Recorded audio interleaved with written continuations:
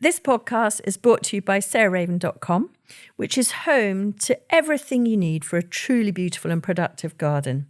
You'll also find great and essential gardening kit and stylish, lovely things to have in your house to bring the outside indoors, all inspired by the garden and the house being tied together.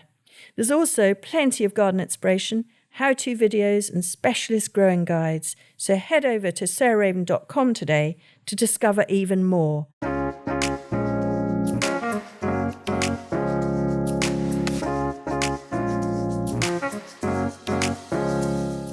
Welcome to Grow, Cook, Eat, Arrange, the podcast of me, Sarah Raven, and various guests who I invite to talk about things that I think we're all passionate about.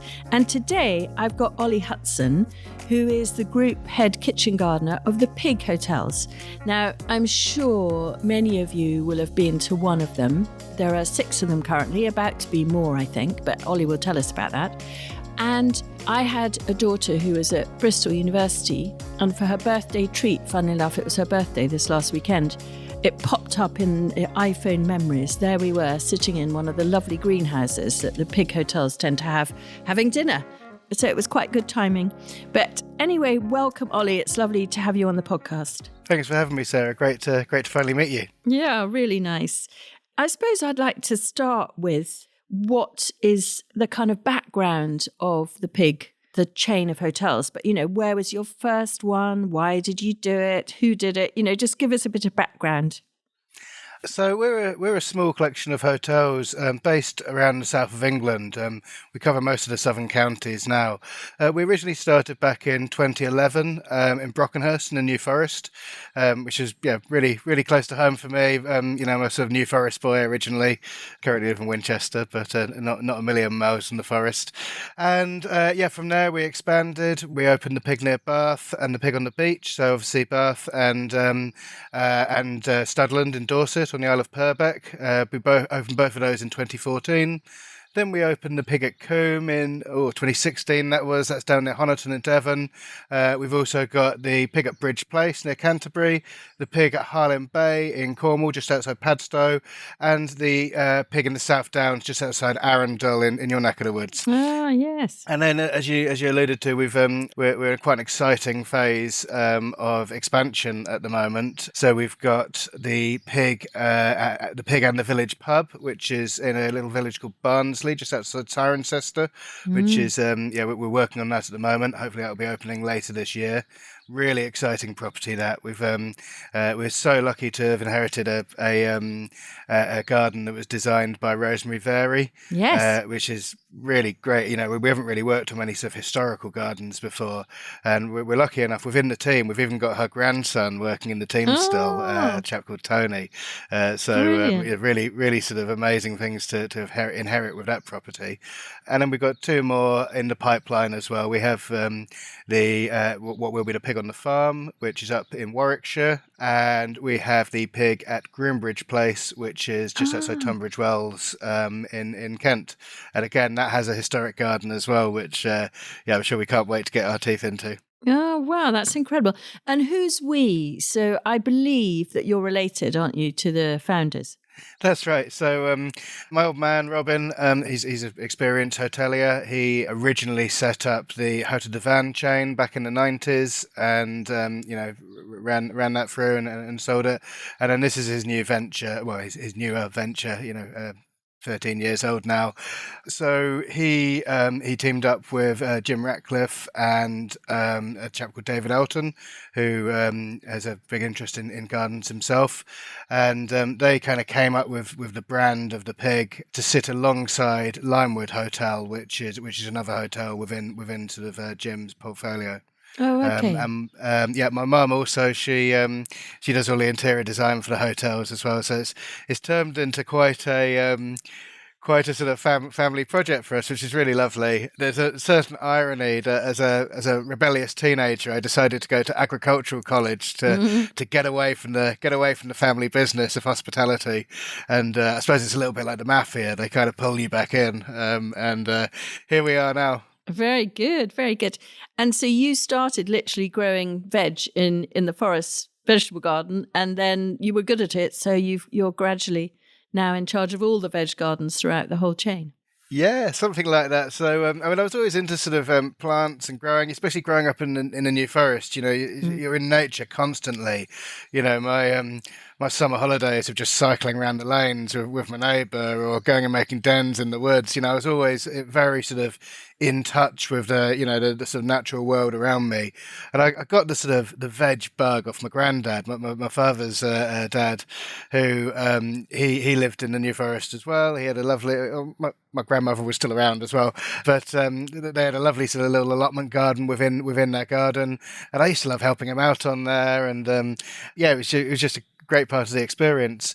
And then when the concept of the pig came along, obviously I started, as you say, as a sort of jobbing gardener, sort of labourer in the gardens, working underneath a fantastic kitchen gardener called Mike Klein, who he sort of originally sort of mentored me as in the early stages of the pig. So I owe a lot to Mike. And yeah, I was offered the position to become the sort of head kitchen gardener for the first hotel, which was a real sort of honour. And after a couple of years of doing that, I was drafted into the Pig Near Bath, where we had a big sort of restoration job on the gardens to do up there. I mean, yes, essentially, when we got there, it was a field of bindweed, essentially. Wow. So I spent 3 months on my hands and knees just teasing it out. It's the only way to get rid of bindweed is blood, sweat, and tears, unfortunately. Well, it's spectacular. The wall garden of the Bath one is absolutely spectacular. I remember going in March with my daughter Molly, and I'm walking in and seeing these sort of slightly funny, almost like bamboo canes, but purple and chunky, and trying to work out what they were. And then I suddenly realized they were something that a amazing Belgian vegetable seed merchant called Peter Bowens had taught me about, which were kalettes, but they were, or flower sprouts. But you were the first place that I'd ever seen them growing. So I'd heard about them, but I hadn't had ever seen them growing. And the brilliant thing about kalettes, which I'm sure lots of you know, they're called, you can see them in supermarkets now as flower sprouts. But unlike Brussels sprouts, you break them off the stem, and not straight away, but within 3-4 weeks, they grow back. So it's almost like a cut and come again Brussels sprout, which of course sprouts, you just pick the whole stem and they've had it. So it's like kale has been crossed with a sprout, really. And so you get these things called kalettes. Anyway, back to the you and the veg One of my favourites, yeah. Yeah. So what are the sort of pillar stones of the Pig Hotel's kind of philosophy? What are the things that are really important to you? So I suppose when we originally opened, our sort of our big driver was our 25-mile menu, where we wanted to source around 95% of our ingredients within 25 miles of each of our properties. So I mean, food miles has always been incredibly important to us. I mean, we do manage our gardens organically, which is also very important. But I mean, to me, food miles and seasonality is almost higher up that sort of pyramid of needs, really, for what I want out of my my sort of veg production. So I think, reducing food miles, sustainability, respect for our environment. Yeah, that's really the sort of pillars that we're built around. We're currently going through the B Corp process as well to try and get sort of B Corp certification. But no, it's just it's a passion for local and seasonal and organic produce, really. And so within that, I mean, we're coming out in April, this episode, and I wondered, it's always known as the hungry gap, March and April. And so it's a tricky month for the vegetable garden and having bountiful harvest. But what are your favourite things for harvesting right now? Oh, this time of year, I mean, really, if you manage your kales and your winter crops properly, you could still be pulling out kale from that was planted at the tail end of last year. Everyone just starts pulling out their kales when they start to bolt, especially the more sort of curly kales and traditional kales. But if you plant a bed of red Russian kale, for instance, or a hungry gap kale, I mean, that's just coming into its own sort of, March, April sort of time. It's absolutely amazing. It's unlike any of its cousins.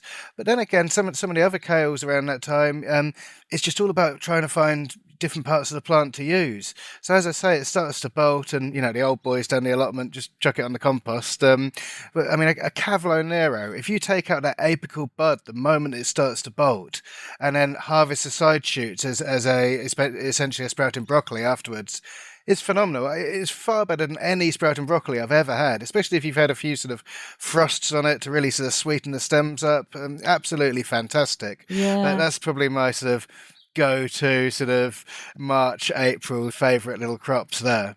I just get so excited by the sowing and the planting at that time of year. I've still got the small boy's brain. The fascination of the germination of seeds is just how it works. It will always fascinate me. It's constantly motivating. Yeah, it is, isn't it? And so for our listeners, are there sort of 2 or 3 things that they may not have thought of sowing in April that you would passionately recommend that you would be lost without? Oh, it's a great question. There's some really good things to grow, to sow in April. I think one of my favourite crops across the year is probably the winter squash plants. Again, it's something I'm particularly fascinated by. I appreciate that's what you'll be harvesting in kind of September sort of time, rather than this time of year. But you need to, you need to plan for it and get your sowing done in April and possibly May to plant out your winter squashes. Particularly so there's 3 main species of winter squash. There's Cucurbita, Pepo, Maxima, and Machata. Particularly the Cucurbita maximas, like the Crown Princes, would be one of the most common ones of them. They're my absolute favourites, especially if you've cured them for a couple of months first, to really sort of increase the flavours and get the best out of them. What else would I be sowing this time of year? I'm a massive sugar snap and Monge 2 fan.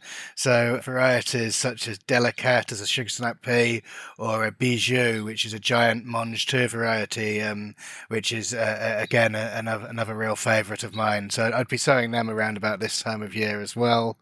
What else do I sow around this time of year? And you mentioned the kalettes earlier.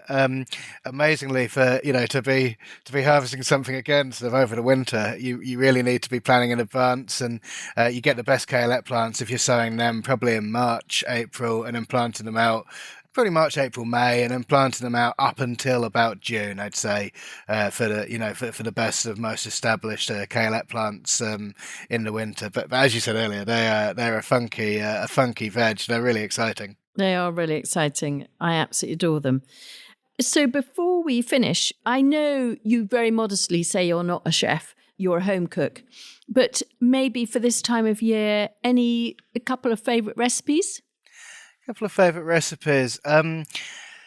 So like I said, those Cavolo Nero shoots I was discussing earlier, having them as a sprouting broccoli, works really well. I mean, I suppose this time of year, you probably, maybe a nice Sunday roast, roast lamb with some mint from the garden.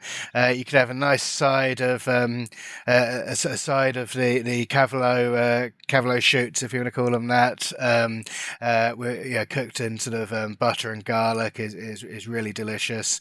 I'm not a big potato grower, so I wouldn't grow my own potatoes there. I've sort of with the growing that we do, we grow quite a lot of Solanaceae as well, and other Solanaceae like tomatoes, and I consider them higher value crops. I'm nervous about jeopardising them by accidentally introducing any sort of fungal issues to the tomatoes by growing potatoes as a lower value crop. So I don't grow many of them, but some lovely roast potatoes on that sort of roast is always good, or just a real fiery rocket salad. There's some really sort of fiery like Red Dragon or Wasabi Rocket. I like that sort of I like those sort of spicy, strong flavours in there.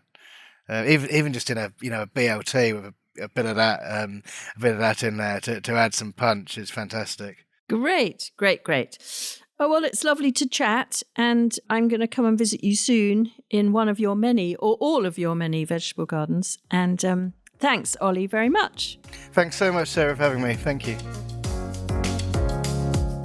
Thanks for listening to Grow Cook Eat Arrange, and I hope it was interesting hearing from Ollie about his sort of family empire of hotels and vegetable growing. I found it really inspiring and I love them. The hotels, that is. And next week, I'm joined by lovely Arthur Parkinson, my sort of co-host, and we're going to talk about his passion and mine on companion planting and what we're doing, sowing and growing now to make our gardens healthy but also organic. See you then.